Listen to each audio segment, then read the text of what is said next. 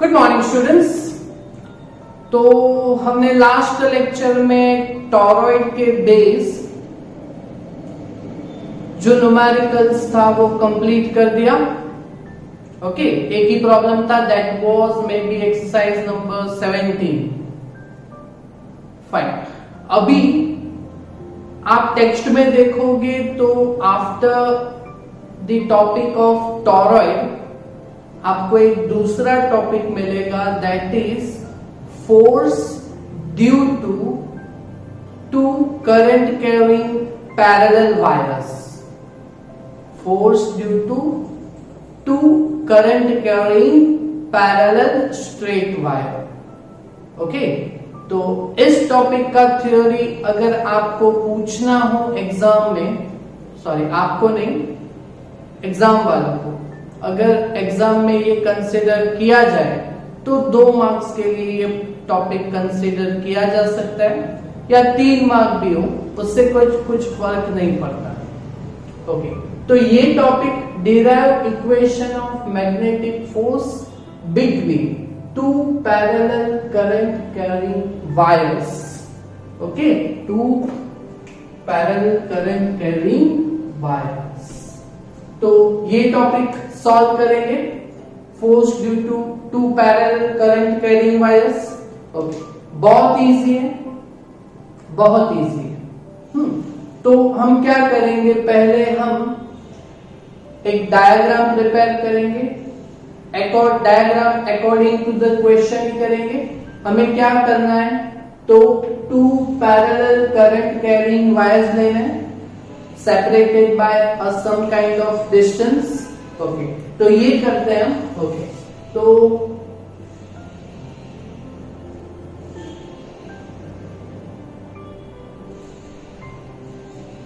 ये एक वायर ले लिया करंट कैरिंग, ओके, और यहां पे दूसरा वायर ले।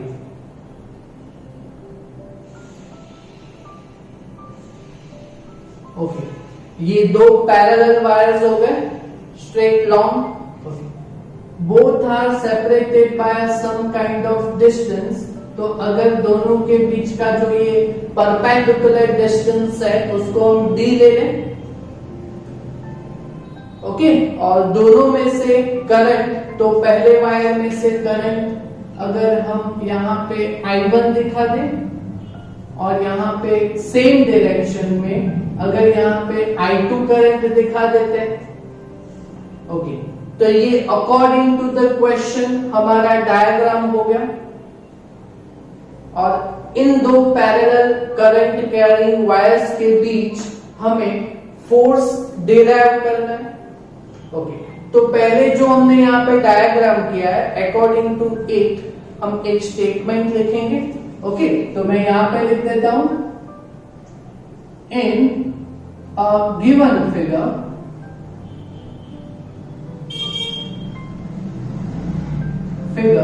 shows 2 parallel current carrying wires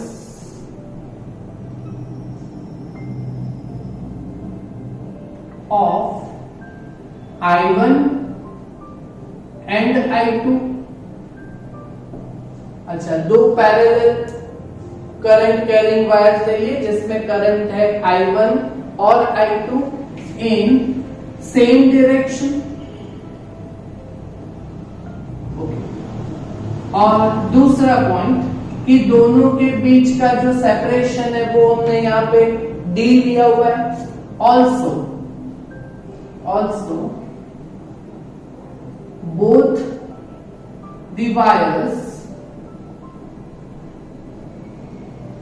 are separated by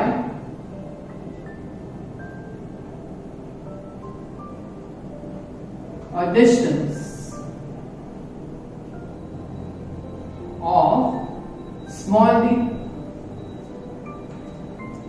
clear हो गया यहाँ पे ये टॉपिक। ओके, जो लिखना था वो हमने लिख दिया। ओके, अभी समझिए कि हमने जो एम्पियर सर्किटल लॉ, शांति से समझिए, बहुत इजी टॉपिक है और कुछ भी हार्ड नहीं है इसमें। हमने एम्पियर सर्किटल लॉ पढ़ा था।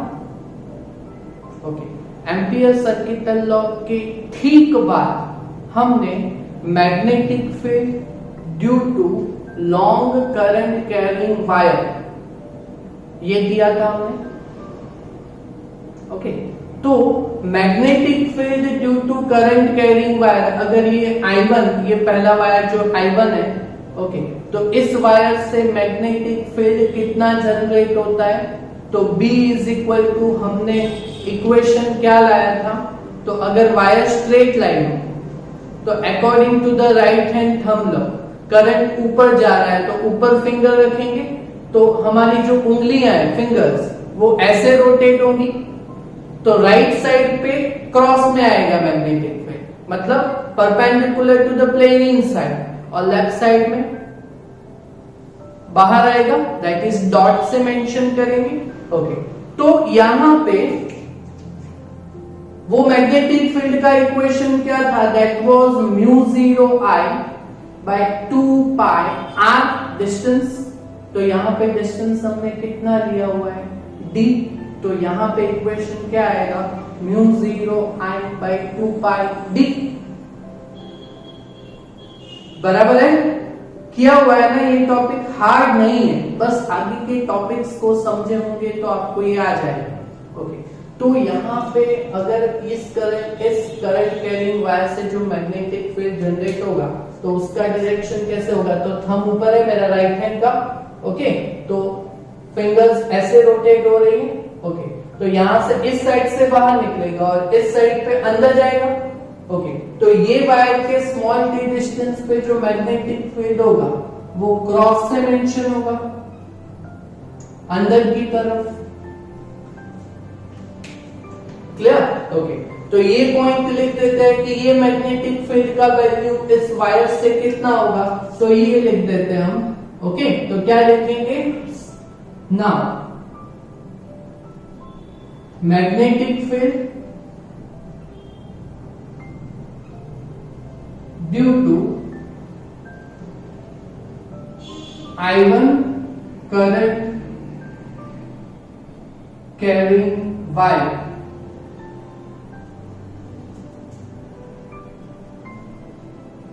इज, अच्छा, तो magnetic field due to I1 current carrying wire वो d डिस्टेंस पे कितना होगा, तो that is B is equal to μ0I by 2 pi r, तो वहां पे r डिस्टेंस था, तो यहाँ पे डिस्टेंस d है, तो ये d होगा।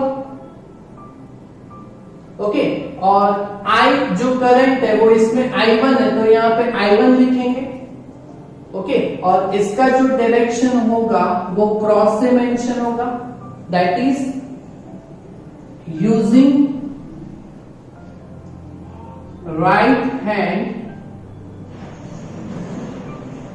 Thumb law.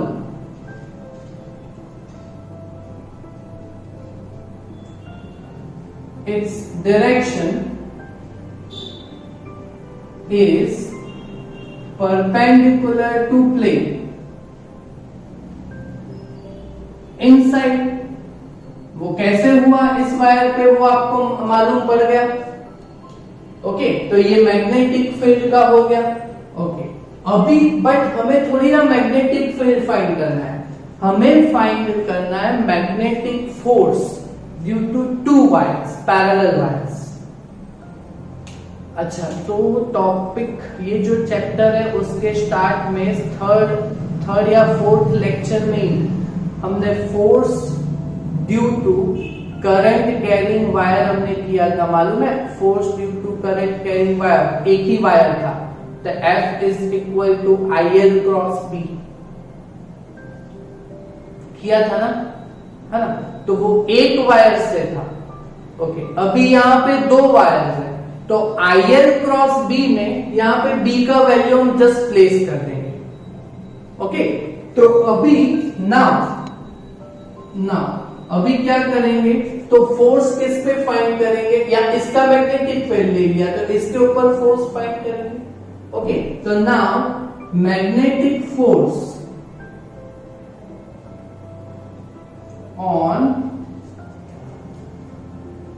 I2 current carrying wire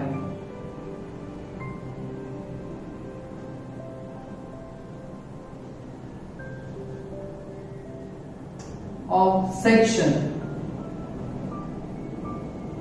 L is L length का सेक्शन ले ले, तो यहां पे इसका L लेंथ का सेक्शन ले, तो इसके ऊपर मैग्नेटिक फोर्स का इक्वेशन क्या था? F is equal to I L cross B। ये थर्ड या फोर्थ लेक्चर में ही था। ओके, और यहां पे L क्रॉस B। अच्छा, तो IL क्रॉस B, यहां पे मैं बोलूं कि IL क्रॉस B, L और B का बीच के एंगल यहां पे 90 डिग्री है। ओके, तो यहां पे F is equal to I L B और साइन थीटा, तो दैट इज साइन 90 डिग्री रहेगा। ये एंगल L और B के बीच का लेंथ I2L, I2, हाँ, और ये जो है तो ये करंट I2 आएगा, यहाँ पे I2 है ना। ओके, तो I2L का लेंथ तो ऊपर है, I2L का डायरेक्शन ऊपर की तरफ है, लेंथ I2L। ओके, और मैग्नेटिक फील्ड तो अंदर की तरफ है ना। ओके, तो वो मैग्नेटिक फील्ड अंदर की तरफ है ऐसे। ओके, तो देखो I2L और मैग्नेटिक फील्ड, इनके बीच का एंगल कितना हुआ? 90, तो वो साइन 90 हो गया। ओके, तो ये हो गया हमारा एक करंट कैरिंग वायर से फोर्स का इक्वेशन। बट हमें तो चाहिए यहां पे दो वायर्स के बीच का, तो हम यहां पे क्या करेंगे? तो ये B का वैल्यू रख देंगे। ओके, तो F is equal to I2L और B का वैल्यू हमने यहाँ पे कितना किया हुआ है? That is mu 0 I1 by 2 pi d, और साइन 90 का तो वैल्यू 1 हो जाएगा। ओके, तो ये फोर्स का इक्वेशन आ गया दो वायर्स से, और इसको हम अगर प्रॉपरली लिख दें तो F इज इक्वल टू पहले constant that is mu 0 I1 I2 L divide by 2 pi d। Okay, so this is the equation of magnetic force between two parallel current carrying wires। Clear? समझ में आया? और यहां पे मैंने देखो अभी तक फोर्स का डायरेक्शन नहीं दिखाया, तो फोर्स का डायरेक्शन कौन सा रहेगा? I2L लेंथ वाले पे तो फोर्स का direction that is I2L cross B का डायरेक्शन। ओके, तो I2L कहां पे है? ऊपर की तरफ है I2L। ओके, और मैग्नेटिक फील्ड का डायरेक्शन कैसे है? अंदर है, अंदर। ओके, तो मैग्नेटिक फोर्स का direction using right hand thumb law है ना, I2L क्रॉस B करेंगे। I2L ऊपर है ग्रीन कलर, और मैग्नेटिक फील्ड भी अंदर है, तो I2L क्रॉस B करेंगे।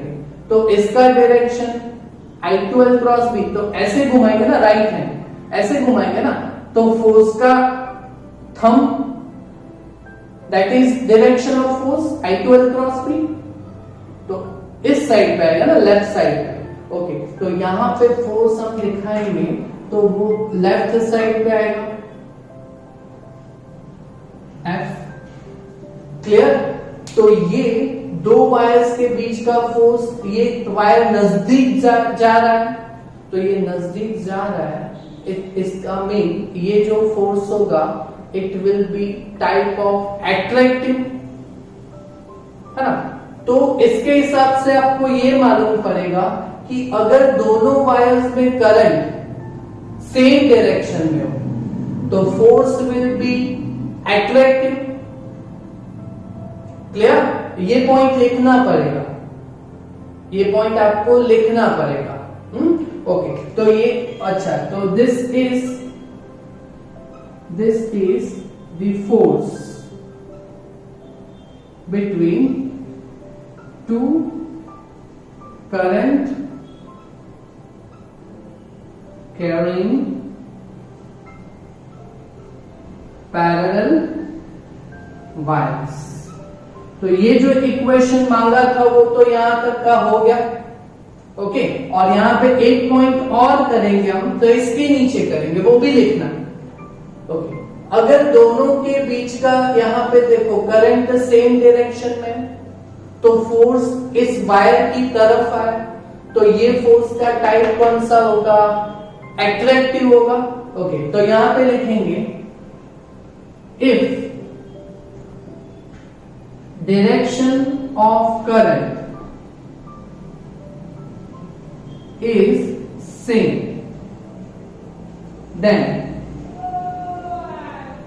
force will be attractive। ये हमने यहां पे प्रूव किया, ओके। और अगर दोनों वायर्स में करंट अपोजिट डायरेक्शन में हो, इट मींस अगर यहां पे I2 अगर मैं नीचे दिखाता, ओके, तो I2L दैट इज नीचे आता ऐसे, ओके। और मैग्नेटिक फील्ड अंदर की तरफ है, बराबर है, दिख रहा है ना। तो I2L क्रॉस B का डायरेक्शन, I2L नीचे की तरफ और B इस साइड पे, I2 का मैं डायरेक्शन चेंज कर रहा हूं, तो I2L का डायरेक्शन अपवर्ड की जगह पे डाउनवर्ड, ओके। तो I2L क्रॉस B करेंगे, तो ये राइट है ना, उंगलियां घुमाएंगे I2L क्रॉस B की तरफ, तो ऐसे घुमाएंगे ऐसे, है ना। तो थंब का डायरेक्शन इस साइड पे है, तो फोर्स किस साइड पे आता, इस साइड पे आता, तो that will be repulsive force. समझ में आ रहा है ना। एमसीक्यू और न्यूमेरिकल दोनों में ये कॉन्सेप्ट आपको काम लगेगा। न्यूमेरिकल तो सिर्फ एक ही है, that is exercise number 7। MCQ में भी आ सकता है, ओके।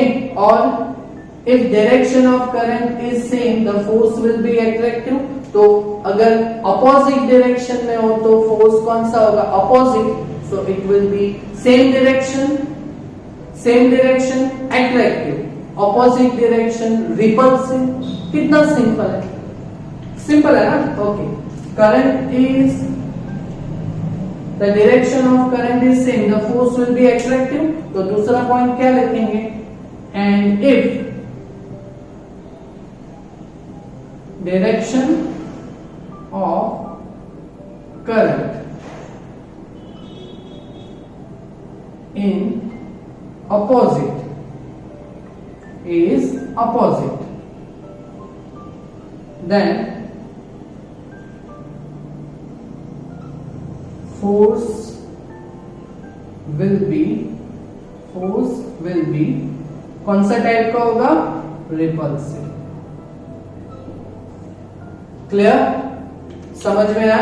तो ये टॉपिक के साथ ये भी लिखना है, और ये जो टॉपिक्स हैं वो एमसीक्यू के लिए भी आपको काम आएंगे। क्लियर, कर सकोगे। और ये जो इक्वेशन है इसके बीच, this is the equation for two current carrying wires, force between two current carrying wires, बराबर है, ओके। तो ये इक्वेशन को रट्टा मारने की कोई जरूरत नहीं है, हम आराम से इसको याद रख सकते हैं। तो वो कैसे याद रखेंगे, तो एक वायर हो तो force F is equal to ILB, है ना, ऐसे याद रख सकते हैं ना। अगर एक वायर हो तो F is equal to BIL, ILB, okay. और दो वायर्स हो तो B का वैल्यू रख देना, ओके। तो दो वायर्स हो तो ILB और B that is magnetic field due to wire, that is μ0I by 2πd, d distance पे। तो यहाँ पे दो I हो गए ना, तो एक को दिखा दो I1, दूसरे को दिखा दो I2। तो बोलो ये इक्वेशन आ गया, समझ में आया, ओके। तो इसके बेस हम सॉल्व करेंगे अब एक्सरसाइज नंबर 7। बहुत इजी है, और अकॉर्डिंग टू द क्वेश्चन हम छोटा डायग्राम कर लेते हैं। देखो है two long and parallel straight wires, okay. तो दिखा देते हैं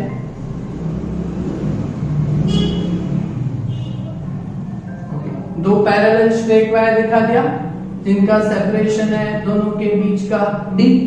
okay, two long and parallel straight wires A and B, तो ये A और ये B, carrying currents of 8 ampere and 5 ampere in same direction, दोनों में करंट I1 एंड I2 यहां पे दिया गया हुआ है। ओके, तो I1 एंड I2 आपको दिया गया हुआ है सेम डायरेक्शन, तो ऊपर का डायरेक्शन ले लें, इसमें I1 और इसमें सेम डायरेक्शन, तो ऊपर ही जाने देते हैं I2। तो यहाँ पे I1 और I2 का वैल्यू दिया गया हुआ है, I1 that is 8 ampere, I2 that is 5 ampere, okay, are separated by a distance of 4 centimeter।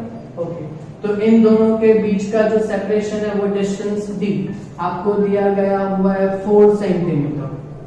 Okay, but metre में ये कितना होगा, तो 4 इंटू 10⁻⁻² मीटर। क्लियर, समझ में आया आपको? ओके, तो फिर estimate the force on a 10 centimetre section of wire. तो वायर का एक छोटा सेक्शन के जिसका लेंथ कितना लेना है, 10 सेंटीमीटर, तो L is equal to 10 centimetre, that is metre में करोगे तो इंटू 10⁻⁻² या डिवाइडेड बाय 100, डिवाइडेड बाय 100 करोगे तो 0.1 मीटर लेंथ होगा। ओके, तो यहां पे आपको फोर्स एस्टिमेट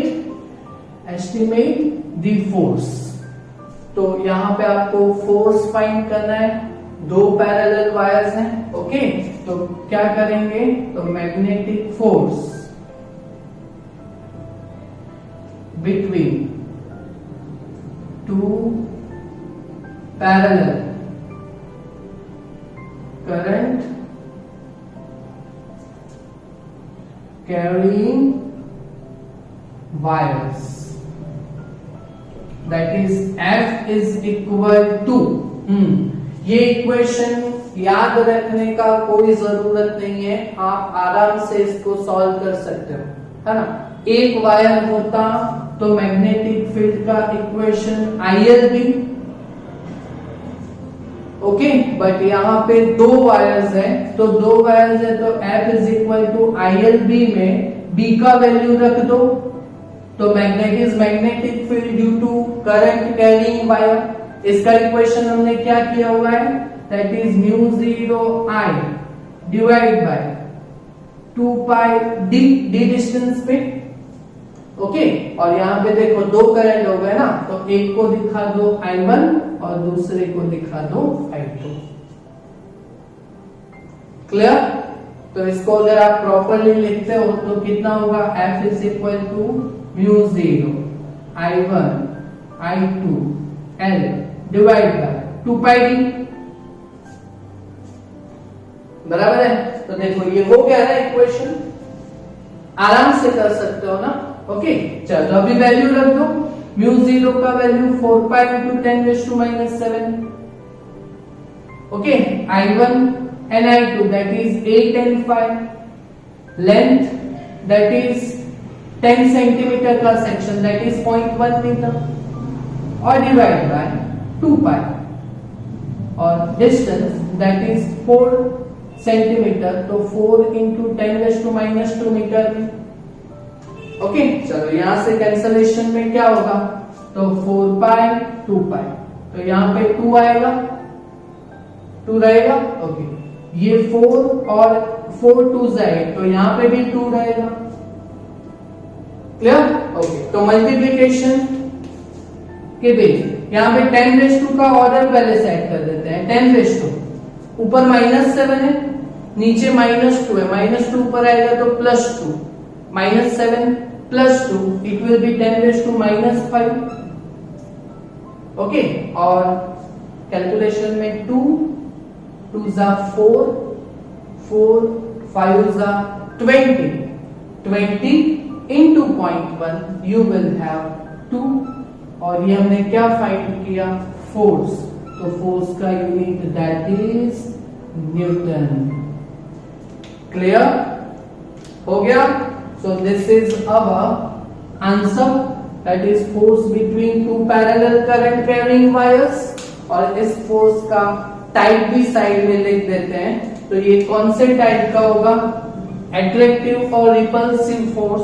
तो करंट का डायरेक्शन सेम डायरेक्शन में है ना, ओके, तो सेम डायरेक्शन में है तो साथ में चलेंगे, तो अट्रैक्टिव फोर्स आएगा। तो यहां पे लिख देते हैं attractive force, attractive force. Clear? इस टॉपिक के बेस ये एक्सरसाइज नंबर 7, और ये कॉन्सेप्ट के बेस आपको न्यूमेरिकल्स भी, एमसीक्यू भी पूछे जा सकते हैं बोर्ड एग्जाम और अदर कॉम्पिटिटिव एग्जाम, तो सॉल्व होने चाहिए। क्लियर है ना? तो इतना टॉपिक आप क्लियर कीजिएगा। Thank you very much.